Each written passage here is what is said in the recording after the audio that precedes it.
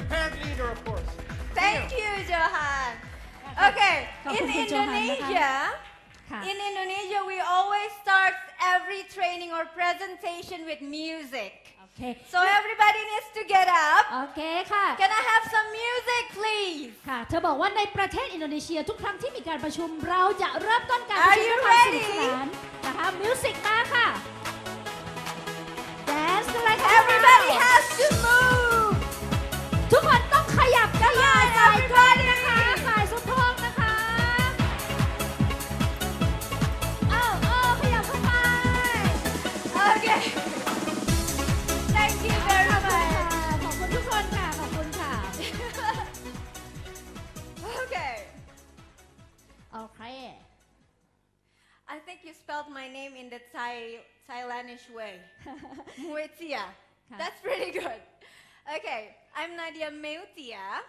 I'm from Jakarta, Indonesia. ค่ะดิฉันชื่อนาเดียมิวเทียนนะคะมาจากจาการ์ตาประเทศอินโดนีเซียค่ะขอเสียงปรบมือกับเธออีกครั้งค่ะ Thank you. I do a lot of trainings. Actually, I love talking. ดิฉันทำประชุมเนี่ยเยอะมากเพราะดิฉันเป็นคนที่ชอบพูดคุยกับผู้คน But this time I'm a bit nervous. แต่วันนี้มาพบกับผู้คนที่เมืองไทยเนี่ยรู้สึกตื่นเต้นเล็กๆค่ะ Because this is the first time I've been asked to talk, but they have to hide me first. เป็นครั้งแรกที่ดิฉันได้รับเชิญมาแล้วต้องถูกเอาไปเก็บซ่อนไว้ I've been here since Friday. ดิฉันมาถึงประเทศไทยตั้งแต่วันศุกร์แล้วนะคะ And because you guys cannot see me yet, เพราะว่าเขาไม่ให้พวกคุณเจอฉัน so I've been like to 3 different hotels now. เพราะฉะนั้นดิฉันจะต้องย้ายโรงแรมเนี่ยถึง 2-3 โรงแรมด้วยกันเพราะหนีพวกคุณเนี่ยแหละ I love it. I'm not complaining. ที่จริงๆแล้วดิฉันชอบมากเลยกับการต้องย้ายโรงแรมไปนู่นไปนี่ไปนั่น 2 more hotels is also okay, Johan. ค่ะก็ 2-3 โรงแรมโอเคมากเลยค่ะคุณโจฮันยังโอเคอยู่ Okay, and I'm very pleased that this time Johan invited me to talk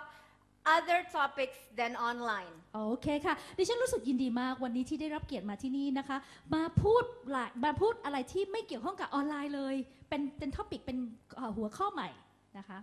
Usually when I get invited, I always been asked to talk about online, about social media, Facebook and Twitter. But this time I get to talk about something that I love very much. ค่ะโดยปกติแล้วเวลาดิฉันได้รับเชิญไปที่ไหนเนี่ยทุกคนเขาจะให้ดิฉันพูดถึง Facebook ออนไลน์โซเชียลมีเดียนะคะแต่วันนี้ค่ะพิเศษสำหรับคนไทยดิฉันได้รับเชิญมาในหัวข้อที่ฉันชอบมากที่สุด I get to talk about leadership. ดิฉันถูกเชิญมาให้แชร์และแบ่งปันกับผู้คนเกี่ยวกับเรื่องความเป็นผู้นำ So I'm a mother of 2. ค่ะมันมีอยู่2 เรื่อง But I also have lots of like hundreds of thousands and thousands of other kids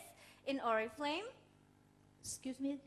I have 2 kids, but I also have lots of other kids in Oriflame. โอเคขอโทษนะคะคือดิฉันมีลูก2 คน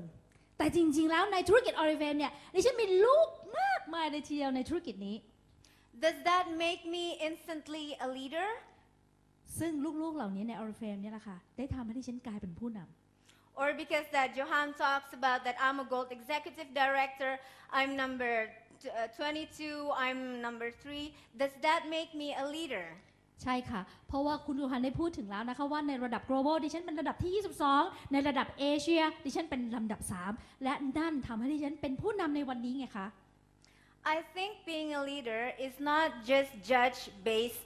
on how many recruits you have. จริงๆแล้วเนี่ยในความคิดของดิฉันนะคะว่าในการเป็นผู้นำเนี่ยไม่ได้หมายความว่าคุณมี number of recruit มากน้อยแค่ไหน And it's not judged by how many BPs you can accumulate every month. หรือมันไม่ได้หมายเพียงแค่คุณมีจำนวน BP ที่คุณสะสมได้เนี่ยคือแต้มที่คุณสะสมได้เนี่ยมากน้อยแค่ไหนใน1 เดือน Being a leader in Oriflame is much more than that. จริงๆแล้วเนี่ยความหมายของมันเนี่ยมีมากมายมากกว่านั้นอีก Being a leader, I think it's also something where you always learn from other leaders. ในความเป็นผู้นำสิ่งที่มันแน่นอนที่สุดก็คือคุณจะต้องเรียนรู้ความเป็นผู้นำจากคนอื่น This is also what I've learned. I've learned from my own leaders, my downlines, and I also have upline leaders. I have my ASM, I have Frederick. I learned from Johan actually last year. ค่ะก็นี่คือสิ่งที่ดิฉันเรียนรู้มาเช่นกันดิฉันเรียนรู้จากอัพไลน์ดิฉันเรียนรู้จากผู้นำดาวน์ไลน์ดิฉันเรียนรู้จากเจ้าหน้าที่ของบริษัทเช่นคุณเฟดริกคุณโจฮัน Being a leader is somebody who you think that you will want to follow, right? ค่ะการเป็นผู้นำนะคะคือการที่คุณได้เรียนรู้จากคนที่เขาเป็นผู้นำคุณ But I've also learned from my uplines that being a leader is where you put yourself in a place where you also think, do others want to follow me? And if I was a leader, do I want to follow me? ค่ะในการเรียนรู้ของดิฉันนะคะดิฉันจะนึกอยู่เสมอว่าดิฉันเนี่ยเป็นคนที่มีคนอยากที่จะตามดิฉันไหมเหมือนกับที่ดิฉันเรียนรู้จากอัพไลน์ซึ่งดิฉันที่อยากจะทำอย่างเขาเช่นกัน I hope you can see this. These are the things that I've learned over the years from my uplines. First, you have to have the drive to win. ค่ะดิฉันเรียนรู้จากอัพไลน์ดิฉันนะคะว่าอันแรกเลยเนี่ยเราจะมุ่งหน้าเพื่อชัยชนะอย่างไร And winning is in Oriflame. It doesn't mean you beat other people. ในธุรกิจ Oriflame ไม่ได้หมายความว่าคุณไปห้ามหันคนอื่นเขา It's actually about beating your own self ห when มายถึ you're งคุณ lazy. แข่งขันกับตัวคุณเอง When you're like feeling lazy or feeling tired, like you don't want to do this anymore, you need to have that drive to win. ค่ะคือในเวลาบางครั้งที่คุณรู้สึกว่าคุณขี้เกียจคุณไม่มีแรงเลยนะคะคุณรู้สึกเบื่อหน่ายมากนี่แหละค่ะซึ่งคุณจะต้องต่อสู้กับมันเพื่อชัยชนะ You need to have that drive like all the time, even when you're actually not feeling it. คุณจะต้องมีแรงขับเคลื่อนอย่างนี้ตลอดเวลาสำหรับตัวคุณเอง Because when you're a leader, you have to be the center of positive energy. เพราะเมื่อคุณเป็นผู้นำคุณจะต้องเป็นคนที่มีความคิดหรือความอะไรที่ตื่นตัวแล้วอยู่ในอะไรที่แบบเป็นตัวอย่างที่ดีอยู่เสมอ This is what I try to coach my downlines when they're feeling low. นี่คือเป็นอะไรที่ดิฉันเนี่ยคอยที่จะให้คำแนะนำดาวไลน์ของดิฉันเสมอเวลาเขารู้สึกดาวหรือแบบรู้สึกแย่ลงนะคะ In Oriflame we have the passion part. ใน Oriflame เนี่ยเรายังมีช่วงหรือเรามีพาร์ทหนึ่งที่เราเรียกว่าแรงบันดาลใจหรือแรงจูงใจ The passion you can actually see it in your eyes, I คือ think. การ passion หรือการทำงานด้วยความรักเนี่ยจริงๆแล้วเนี่ยคุณสามารถที่จะเห็นมันจากดวงตาของคุณ So when my downlines and me, every time like we feel low, we don't feel good or whatever, every time we talk, especially about Oriflame, they have to do this. ค่ะระหว่างดิฉันกับดาวไลน์ระหว่างดิฉันกับดาวไลน์นะในบางครั้งที่เรารู้สึกว่าโอ๊ยเรารู้สึกแย่จังแล้วเราก็คุยกันเนี่ยรู้ไหมว่าทุกๆครั้งที่เราคุยกันเราจะทำอย่างนี้ค่ะลองทำดูสิคะลองทำดู Okay, now you have to do it. You have to like bigger your eyes. ทำตาโตๆ And นะคะ then you have to go like แล้วก็ this. ฉีกยิ้มกว้างๆลองทำดูสิคะหันไปหาคนข้างๆ Don't be too scared to do it. อย่าได้ Yes. กลัวค่ะกล้าๆหน่อยค่ะลองทำดู Even the guys have to do it. You, sir, yes, you have to do it. ไม่สุภาพบุรุษหรือสุภาพสตรีคะลองทำดูค่ะสุภาพบุรุษก็ทำได้น่ารักนะคะ You have to be the center of positive energy. ค่ะ And when you smile, whatever feeling you have, that goes away. ค่ะคุณจะต้องเป็นศูนย์กลางของพลังทางด้านบวกทุกครั้งที่คุณยิ้มพลังในด้านลบมันจะหายไปจากตัวคุณและทีมงานของคุณทันที Because you don't want to pass negative energy to your downlines. If they become negative, then you will not grow, you will not have money. เพราะคุณคงไม่ต้องการที่จะส่งผ่านพลังในด้านลบไปให้กับทีมงานของคุณถูกไหมคะเพราะถ้าคุณทำอย่างนั้นธุรกิจคุณก็จะแนวไปด้วยนะคะ Okay, so from now on till the end of my session, everybody has to do this. ค่ะหลังจากที่ดิฉันจบเซสชันอันนี้แล้วนะคะขอให้ทุกคนหมั่นทำแบบนี้นะคะคือฉีกยิ้มเข้าไว้ค่ะยิ้มค่ะยิ้ม Because why? เพราะอะไรรู้ไหมคะ You also have to be open to changes. เพราะว่าคุณจะต้องเปิดใจที่จะรับการเปลี่ยนแปลง In Oriflame, everything changes all the time. ในธุรกิจ Oriflame ทุกสิ่งทุกอย่างมันเปลี่ยนตลอดเวลาเปลี่ยนได้ตลอดเวลา Sometimes it has happened before. The success plan changed, right? ค่ะบางสิ่งบางอย่างมันไม่เคยเกิดขึ้นมาก่อนเลยในอดีตแต่อยู่ๆมันก็เปลี่ยนอะ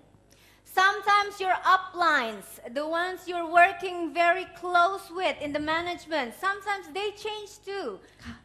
ค่ะบางครั้งเนี่ยอัพไลน์ของคุณหรืออะไรบางอย่างที่คุณใกล้ชิดมากสนิทสนมมากแล้วมันก็มีการเปลี่ยนแปลงเกิดขึ้น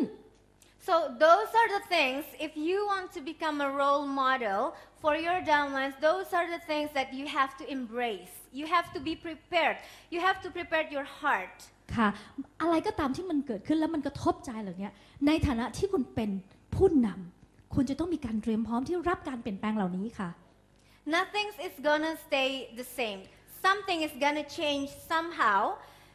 If you're not prepared, then don't be in Oriflame. ค่ะมันไม่มีอะไรที่อยู่คงเส้นคงวาตลอดเวลาทุกสิ่งเปลี่ยนแปลงตลอดถ้าคุณไม่พร้อมที่จะรับการเปลี่ยนแปลงคุณก็อยู่ในธุรกิจยากเช่นกัน In Oriflame, every time I talk about leadership and stuff, I always talk a lot about heart. ค่ะในธุรกิจ Oriflame นะคะทุกครั้งที่ดิฉันพูดถึงการเป็นผู้นำเนี่ยดิฉันจะมักจะพูดถึงการ I ทำงาน talk ด้ a วยใจ lot about falling in love. ดิฉันกำลังพูดให้คุณได้ยินถึงเกี่ยวกับการ falling in love คือการตกหลุมรักอะค่ะ You know, when you're falling in love with somebody. คุณรู้ไหมในเวลาที่คุณตกหลุมรักใครสักคน Okay, I see that somebody's falling in love. It is the Valentine's month. เพิ่งจะผ่านวาเลนไทน์มานะคะมีใครแอบรักใครอยู่บ้างไหมคะเนี่ย See, when you're falling in love, even if I talk about falling in love, your eyes goes like this. เห็นไหมพอดิฉันพูดถึงว่าตกหลุมรักใครสักคนดวงตาเบิกกว้างเลยทีเดียวสาวๆเห็นไหมคะ See? So that's what I meant. You have to be in love with this company. นั่นคือสิ่งที่ฉันกำลังพูดถึงค่ะคุณจะต้องรู้สึกว่าตกหลุมรักบริษัทของคุณตลอดเวลา You have to be really in love with your family so that you're willing to do whatever it takes to be successful in this company. คุณจะต้องตกหลุมรักครอบครัวนี้ของคุณตลอดเวลาเพื่อคุณจะได้ยอมที่จะทำทุกอย่างเพื่อความสำเร็จในบ้านหลังนี้ You have to be really in love with your downlines. Don't just get them in so that you have lots of downlines. No, you really have to get the people in for the ones that really have a dreams and inspiration and the same vision as you. ค่ะเวลาที่คุณรับดาวไลน์เข้ามาหรือคุณมีดาวไลน์เนี่ยคุณก็ต้องตกหลุมรักเขาอย่าเพียงแค่เอาเขาเข้ามาคุณต้องมองให้เห็นถึงความฝันของเขาแล้วมองให้เห็นถึงการประสบความสำเร็จของเขาตกหลุมรักเขาค่ะ So when you're falling in love, think also about like a mother's love, like a parent's love to their kids. ค่ะดิฉันกำลังหมายถึงการตกหลุมรักที่เปรียบเสมือนความรักของพ่อแม่ที่มีต่อลูก You can't just give them everything they want every time they ask for it, right? ค่ะคุณแน่นอนที่สุดคุณไม่สามารถจะให้เขาทุกอย่างในสิ่งที่เขาต้องการได้ในเวลาที่เขาต้องการได้ Sometimes as a parent, you have to have rules. บางครั้งเนี่ยในฐานะที่คุณเป็นพ่อเป็นแม่เนี่ยคุณจะต้องมีกฎกติกามารยาทเข้ามาใช้บ้าง Sometimes you have to have tests for your kids also. ค่ะบางครั้งคุณก็ต้องมีบทเรียนให้กับลูกคุณบ้าง This is what I call a tough love in Oriflame. ค่ะนี่เป็นอะไรที่ดิฉันกำลังพูดถึง tough love คือรักที่มีเงื่อนไขอะไรเล็กๆนิดหน่อยนะคะ You want to become my downline, there are certain rules, there are certain terms and conditions. ค่ะถ้าวันนี้คุณอยากจะเป็นดาวร้ายของดิฉันมันจะต้องมีเงื่อนไขหรือกฎกติกามารยาทที่เราจะต้องทำงานร่วมกัน You want to be my core team, there are certain rules and certain terms and conditions, otherwise you're out from my core team. เช่นเดียวกันถ้าวันนี้คุณจะมาเป็นผู้นำหรือแกนนำทีมของดิฉันคุณก็ต้องปฏิบัติตามกฎระเบียบหรือกติกาที่เราจะวางร่วมกันไม่อย่างนั้นเราก็คงทำงานร่วมกันยาก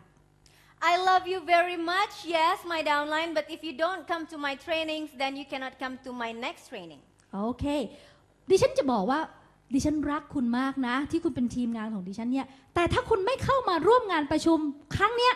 ก็นั่นหมายความว่าดิฉันก็คงไม่อนุญาตให้คุณเข้าร่วมงานประชุมดิฉันในครั้งถัดไป Okay, and how are you able to do that? แล้วคุณจะทำอย่างนั้นได้ยังไงล่ะ First, I talk about falling in love, you falling in love with your downlines, right? นี่ดิฉันกำลังพูดถึงว่าคุณกำลังตกหลุมรักทีมงานของคุณนะ But then you also have to make them fall back in love with you. คุณก็ต้องทำให้เขารู้สึกว่าเขาตกหลุมรักคุณด้วยเช่นกัน You have to make them feel the same love as you have for them. ค่ะคุณต้องทำให้เขารู้สึกเ ช่นเดียวกันกับคุณที่รู้สึกว่ารักเหมือนกันเหมือนกับที่คุณรักเขา That's why I really love Oriflame's tagline, Your dreams, our inspiration. นั่นทำไมดิฉันถึงชอบสโลแกนของปีนี้มากเลยนะคะคือ Your dream our inspiration คือฝันของคุณสร้างสรรค์พลังใจคือแรงบันดาลใจของเรา Because I think the first step to make your downline fall in love with you is to make sure they know what are your dreams are, you yourself as a leader. ค่ะอันดับแรกเลยที่คุณจะสามารถทำให้ดาวไลน์ของคุณเนี่ยตกหลุมรักคุณอย่างน้อยที่สุดเขาต้องรู้ว่าความฝันของคุณเนี่ยคืออะไร You can't just come up to a new start or like let's say 3%ers and then say, okay, I want to know what is your dreams. Tell me right now. คุณคงไม่ทำอย่างนี้ใช่ไหมคะไปถึงคนใหม่ขึ้นมาซึ่งเป็นเพียงแค่ 3% แล้วคุณบอกว่าเฮ้ดิฉันอยากจะรู้ว่าคุณมีความฝันอะไรบอกดิฉันมาเดี๋ยวนี้นะ Even if you do it like this, I want to know what's your dreams. You know, even if you do it with that and with smile, they'll be scared. หรือถ้าคุณพลั้งเผลอเคยทำไปแล้วดิฉันก็อยากรู้ว่าอะไรคือความฝันของคุณคะ So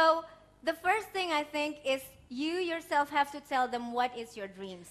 Why did you join Oriflame the first time? 2 years ago, 3 years ago, 6 years ago? Because that won't change. That's the thing that you have to tell them all the time. ค่ะ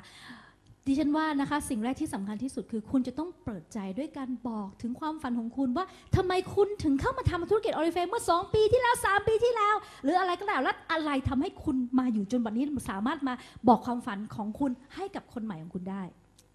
I can ask you to ask any of my downlines. I'm quite sure 90% of them will know, can answer that why Nadia Meutia, their upline, joined Oriflame the first time, 2006. It was because she was in a lot of debt. ค่ะฉันกล้าการันตีบอกกล้าพูดกับคุณได้เลยว่าถ้าวันนี้คุณไปถามดาวไลน์ของดิฉันนะคะ90 กว่า%เขาจะสามารถบอกคุณได้เลยว่านาเดียเนี่ยเริ่มธุรกิจกับ Oriflame ตั้งแต่ปี 2006 เนี่ยเพราะอะไรเพราะดิฉันเคยมีหนี้ I make sure everybody knows that it wasn't always like this. ค่ะแล้วดิฉันก็มั่นใจเลยว่าทุกคนที่เป็นทีมงานของดิฉันเนี่ยรู้แล้วมันก็จะเป็นลักษณะอย่างเงี้ยอยู่เรื่อยๆคือดิฉันจะบอกกล่าว It wasn't always like 3 hotels in 4 days. มันไม่ได้เป็นลักษณะแบบนี้ที่ว่าดิฉันจะต้องย้ายโรงแรม 2-3 โรงแรมใน 2-3 วันนี้ It was hard work. มันเป็นการทำงานที่หนักมากในอดีตของดิฉัน I know how it feels like to have no money. ดิฉันเข้าใจค่ะอยู่ในสภาพที่เป็นคนที่ไม่มีเงินเนี่ยมันเป็นยังไง I know how it feels like when you go to a toy store and then you have to drag your kids away because you don't want them to cry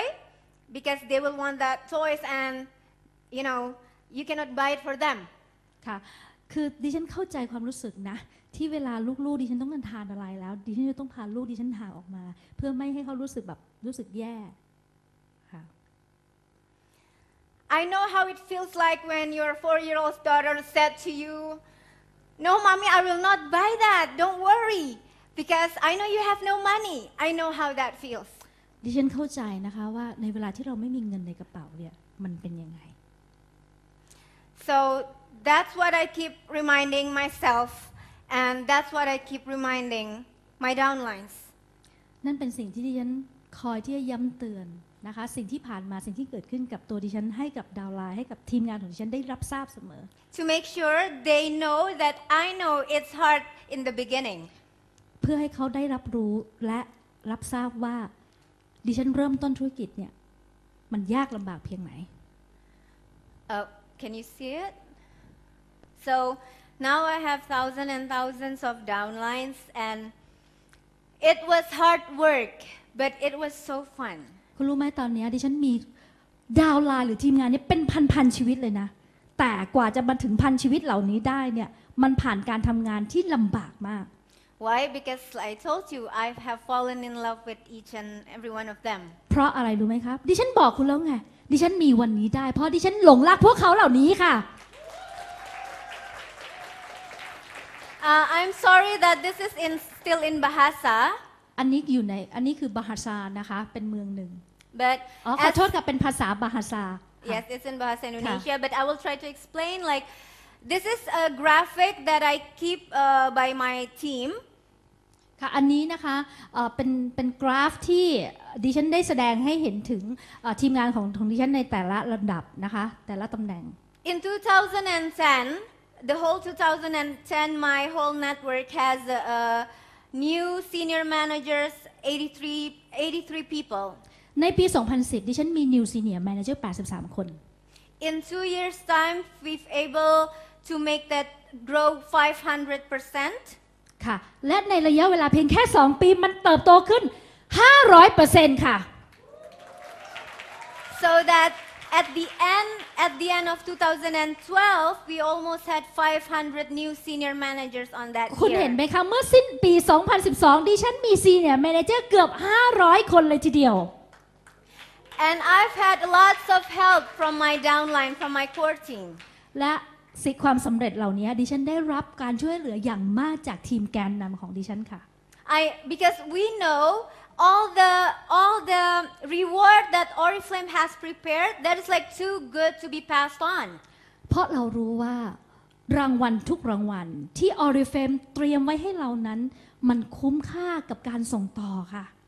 You don't just want the director seminar, right? คุณคงไม่ต้องการเพียงแค่เข้าร่วมประชุมสัมมนา Director Seminar ใช่ไหมคะ You also want the gold conferences. แน่นอนที่สุดคุณต้องการไป Gold Conference ใช่ไหมคะ Diamond conferences. Diamond Conference ใช่ไหมคะ Well, my team is also like working very hard to be able to achieve this. Right now, we already have 3 executive team in 6 years' time, and I think I'm proud of that. But I want more also. ค่ะจริงๆแล้วเนี่ยดิฉันรู้ว่าการทำงานเพื่อที่จะไปเข้าประชุมยิ่งใหญ่เหล่านั้นมันยากมากปัจจุบันนี้ดิฉันมีเพียง3 Executive นะคะแต่ดิฉันก็มีความภูมิใจและก็จะดำเนินต่อไป We feel the need to grow and grow and grow. พวกเรารู้ค่ะพวกเราต้องการที่จะพัฒนาเพื่อเติบโตและเติบโต And the thing that I love about this company is because we don't have to think about any other things because they have already prepared the SARPIO. ค่ะและอะไรรู้ไหมคะการเจริญเติบโตตรงนั้นสิ่งที่ดิฉันชอบมากที่สุดคือดิฉันไม่ต้องคิดอะไรใหม่แล้วบริษัทได้เตรียมทุกอย่างไว้ให้พวกเราแล้วเป็นสิ่งที่ยอดเยี่ยมมากนั่นก็คือ SARPIO ค่ะ I mean, in SARPIO, it's everything is already, all information you needed to grow, it's there. ใน SARPIO ทุกสิ่งทุกอย่างข้อมูลทุกอย่างที่บอกได้ถึงการเจริญเติบโตและทำให้คุณเติบโตมันอยู่ในนั้นทั้งนั้นเลย People always say, oh, okay, Nadia, so your secret of growing and being success is the online? นาเดียคะหลายคนมาถามว่านาเดียความลับหรือว่าความสำเร็จของคุณเนี่ยจริงๆแล้วมันมาจากออนไลน์เหรอ Yes, that plays a big part, yes. But I think I grew because, I have a very good foundation. It's SARPIO. ค่ะใช่อันนั้นเป็นส่วนหนึ่งของความสำเร็จแต่จริงๆแล้วดิฉันจะบอกว่า